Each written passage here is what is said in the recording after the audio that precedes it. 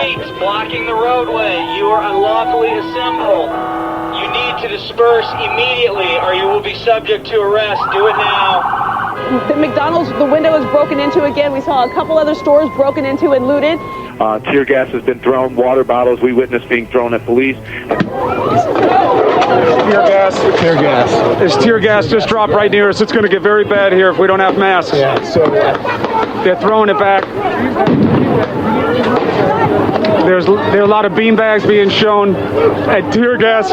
What you're looking at is the aftermath of the grand jury deciding not to indict Officer Wilson. That's one police cruiser that is fully engulfed right now. And then if you just turn to your right, our photographer, Stike DeMoss, is going to get you the other cruiser. That one is almost finished burning. We don't get it! We don't get it! It was mayhem. We saw these buildings catch on fire. This was a beauty supply store. And we watched it just burn to the ground. The auto zone is on fire. This is the third building within 2 blocks, and it is, destroyed. The building is basically collapsed. You can hear the explosions going on inside there from whatever is inside, whether it's... Sorry, I just got hit by a rock. I've been hit with much worse in my day. You're seeing the Title Max just up the street, right across, and that's another fire. And you're hearing the explosions from inside of some of those places. Just to give you context, I don't want you to give you the sense that the entire city of Ferguson, that there's chaos, lots of areas are calm, people are inside, and that is really what we have been witnessing. Not tear gas this time, just smoke. But to see another building here now on fire, to look over to my left to see some others that have been looted. This is the New York Grill, another business here. They've broken into... Right now I'm standing out beside the McDonald's and people are throwing stuff at me right now. People are throwing stuff at me right now. It's that kind of scene out here right now. Police still using tear gas, still moving through the area. It's heartbreaking. The Brown family, the governor, the president, all speaking about nonviolence and about peace. No justice! No justice!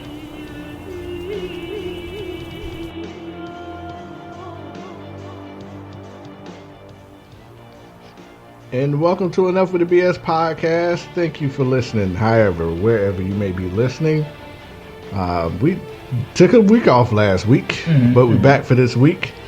As always, you guys know how I like to do. I like to let things die down a little bit. Let the story build. Make sure we don't come in and, overdo anything. Yeah, so beat it to death. I don't want to beat it to death. Too much coverage was going on with the situation last week, and I just wanted to dial back some, let the story die down so you guys can get up out your emotions, and then me and Josh can, discuss the matter ourselves.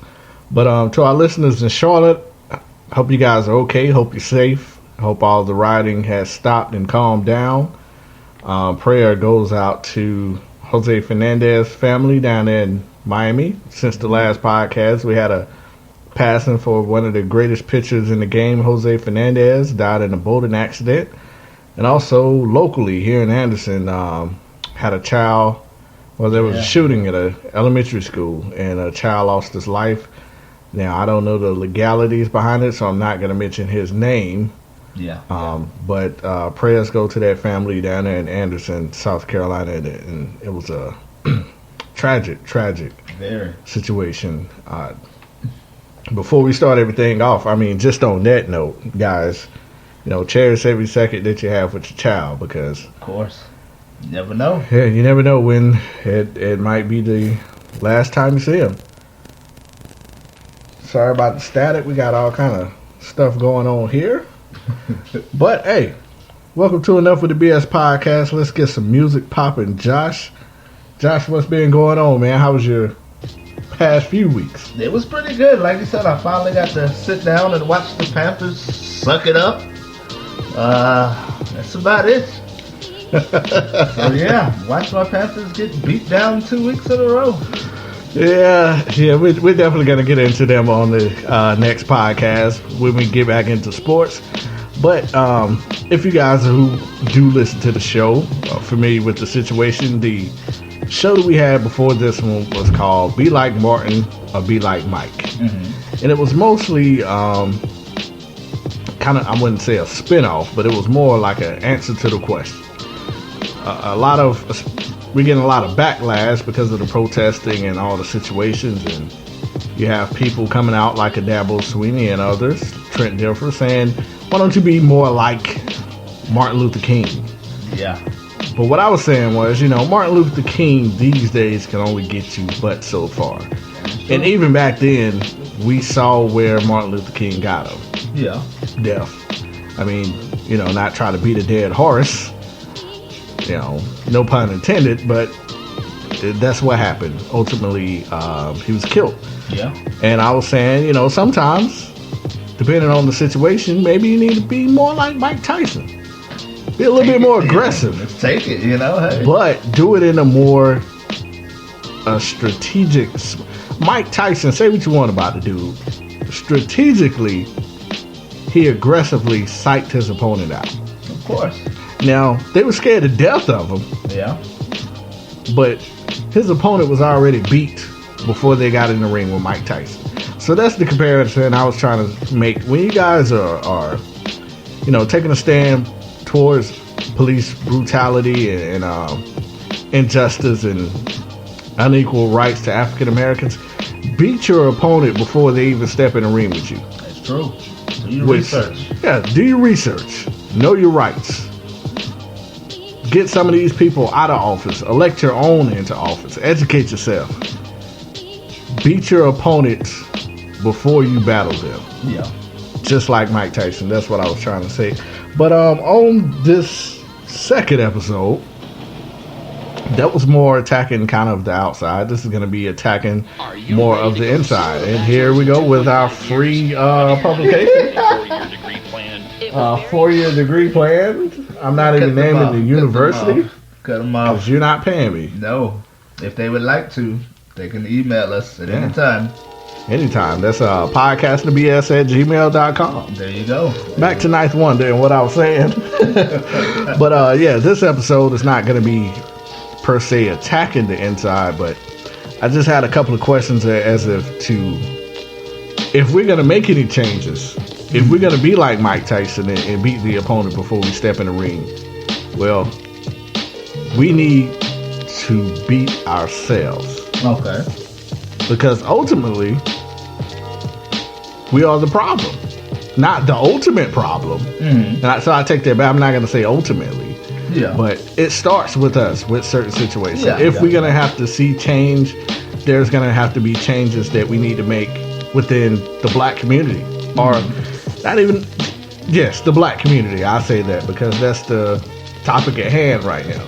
Okay. So there's certain matters that I want to see us as African Americans make some type of improvement, whether that's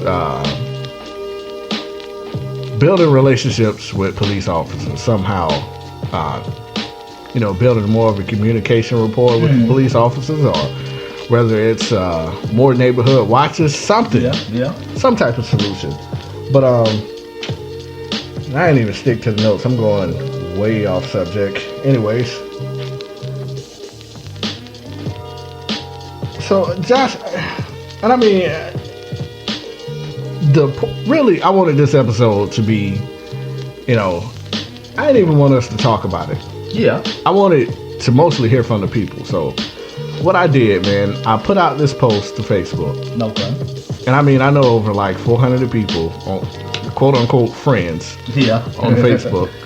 And I personally reached out to local churches. Mm-hmm. Not going to name any, but I did reach out to at least 4 or 5 churches to see if they would come on the show. Yeah. I told them they could be anonymous. Yeah. Now we're not going to put their names out. I just wanted to get their soundbite on here. Yeah. Because I think a church is a major role in the black community. Of course. And right now, a lot of them are missing churches, but I didn't hear from anybody. Wow. And you know how many people that actually responded to that post? How many? 2. Wow.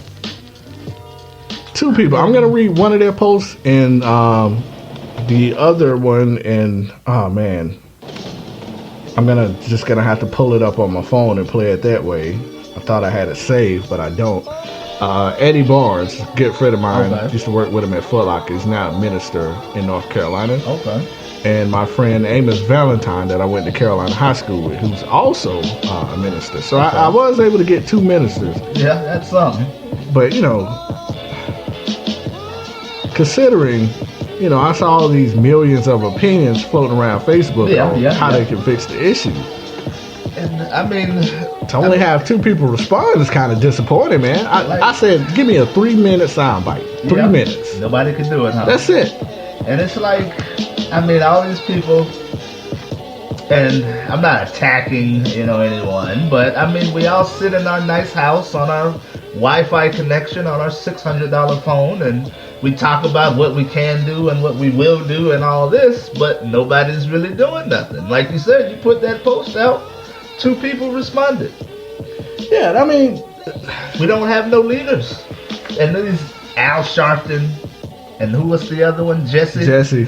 Yeah, they're too old. You gotta go. Like, we don't have any. Everybody that tries to be a leader, they have their own agenda. Like when I'm looking through Instagram, or I don't have Facebook, but like they'll say something, but then you look in their bio, they got a link in their bio to buy their rapper album or to buy a $30 t-shirt. Everybody has different agendas. Like there's no leader that says, hey, this is my agenda. I'm not a rapper. I'm not trying to sell you a t-shirt. I'm not trying to get on TV. Like everybody has their own agenda, and until we get on one accord, then it's just gonna be all broken, split up, like it is now. I agree, man, and I feel like I'm not even gonna lie, it was extremely disappointing to only hear back from 2 people. And I feel, you know, that's the major problem. Yeah, it shouldn't take for somebody to get shot for everybody to, you know, talk about it and, you know, try to have a conversation about I just want a solution. All the people I reached out to. I don't know. Only 2 people out of 400 have some type of solution. Yeah. I don't get it, man. I feel like, you know, there was a bunch of crap. I wouldn't say there was a slap in the face to me. Yeah. Don't think you're doing me any type of injustice. This show really is not for me. I'm putting this out for the people. Another free publicity. Man, yeah, we gotta get them out of here. Getting failed right now. Get them out of free here. Straight ads. out of here. They're coming out of nowhere. But I mean, one of my famous quotes is, and it's not my quote, but one of my favorite quotes is, you can't help people. Well, you can't help those who don't want to help themselves. That's true. And I feel like a lot of the issues right now in the hood is they're getting too complacent by just living in the hood. And when you try to teach them and let them know how to evolve, like they don't want to go outside of it. But I feel like that's where the leaders come in. Yeah. We need more leaders to go into these communities to show them, like, hey, there is life outside of living off of government income. But them leaders got their own agenda, always. And like you said, it's 2 sides. Like you said, you got one side that's complacent and they're fine, they're happy, it ain't happening to me. And then you got another side that knows everything, but they don't want to tell nobody nothing. Yeah. They just want to sit there and say, I know everything. You do your research, but I'm not telling you how to do it. But they don't want to share nothing. Yeah, they got a lot share to say. Your thoughts. Yeah, they got a lot to say on the internet, but when it's time to go do something, you're just standing around looking.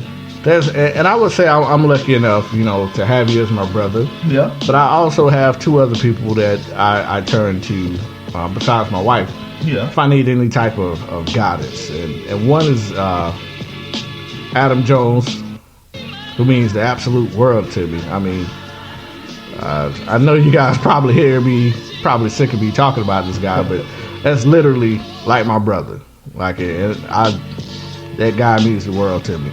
And anytime I got a problem, I know I can turn to Adam and ask him for sound advice.